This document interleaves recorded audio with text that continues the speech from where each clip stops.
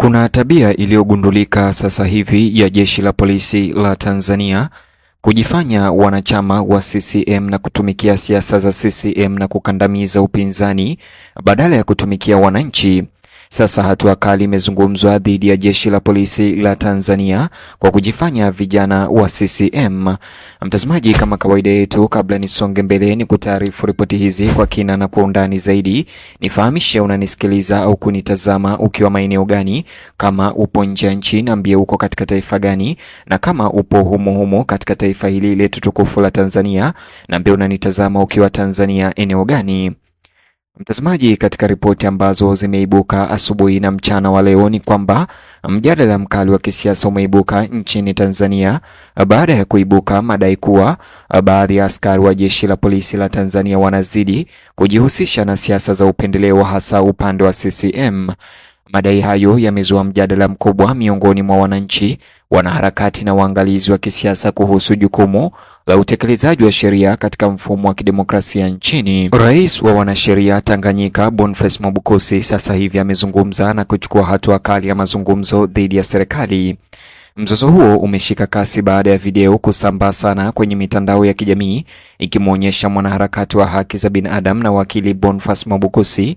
Katika video hiyo, Mwabukusi alitoa shutuma kali za tabia mbaya ya baadhi ya askari ndani ya Jeshi la Polisi la Tanzania. Alisema kuwa badala ya kuwahudumia watu wote kwa usawa, Jeshi la Polisi la Tanzania, vitendo vyao kama polisi vinaonekana kuiana kwa karibu na maslahi ya chama tawala kinachoongozwa na Samia Suluhu cha CCM. Maneno yake yalivutia hisia haraka na kuzua mazungumzo makali ya kitaifa. Kwa mujibu wa matamshi ya Mwabukusi katika kipande hicho cha video kiliyosambazwa kwa wingi mitandaoni leo, mienendo ya askari au Jeshi la Polisi katika hali za hivi karibuni za kisiasa imezua hisia kwamba wanafanya kana kwamba ni watawi la vijana la chama tawala cha Chama cha Mapinduzi CCM au wanajifanya vijana wa CCM. Alipendekeza kuwa kila wakosoaji au wapinzani wanapokipinga chama tawala cha CCM, Jeshi la Polisi la Tanzania huonekana kujibu kana kwamba wanakitetea chama hicho chenyewe. Mtazamo huu, alionya, unahatarisha kudhoofisha imani ya umma kwa taasisi za kutekeleza sheria. Katika jamii ya kidemokrasia, polisi wanatarajiwa kubaki bila upendeleo, bila kujali ushindani wa kisiasa, na sasa Mwabukusi amefichua siri hii kubwa ambayo imekuwa ikiendelea nchini. Mwabukusi pia alitoa shutuma hizo, alitaja kile alichokitaja kuwa ni mtindo wa makabiliano kati ya polisi na wanachama wa chama cha upinzani cha Demokrasia na Maendeleo. Kwa mujibu wa hoja zake, matukio mengi ya kisiasa yaliyohusisha polisi katika miaka hivi karibuni yamehusisha kwa kiasi kikubwa shughuli za upinzani. Mtindo huu, alipendekeza, umezua imani kubwa miongoni mwa baadhi ya wananchi kwamba utekelezaji wa sheria unatumika kukandamiza harakati za kisiasa za upinzani badala ya kudumisha utulivu wa umma tu. Mwanaharakati huyo alielezea zaidi wasiwasi wake mkubwa kwamba kuunganisha taasisi za usalama au za Jeshi la Polisi na kundi moja la kisiasa kunaweza kuwa na matokeo hatari. Hata hivyo, alionya kuwa historia ya mataifa mengi inadhihirisha jinsi vikosi vya usalama vilivyowekwa kisiasa vinaweza kuchangia machafuko na ukosefu wa utulivu wa kisiasa.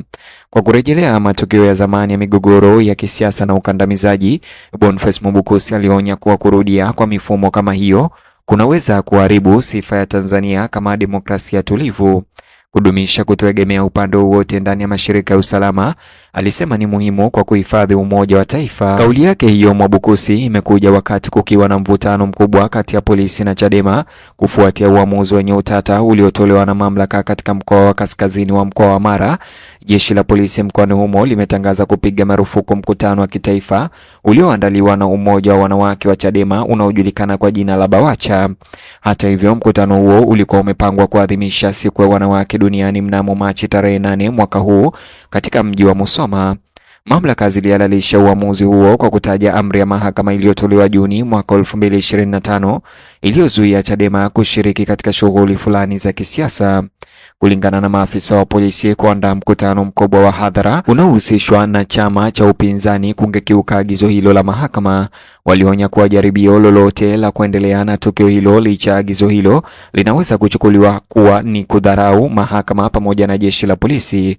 Maelezo haya yamepingwa vikali na wafuasi wa upinzani ambao wanahoji kuwa tukio hilo lilikusudiwa kuadhimisha hafla ya kimataifa badala ya kufanya kampeni za kisiasa za chama.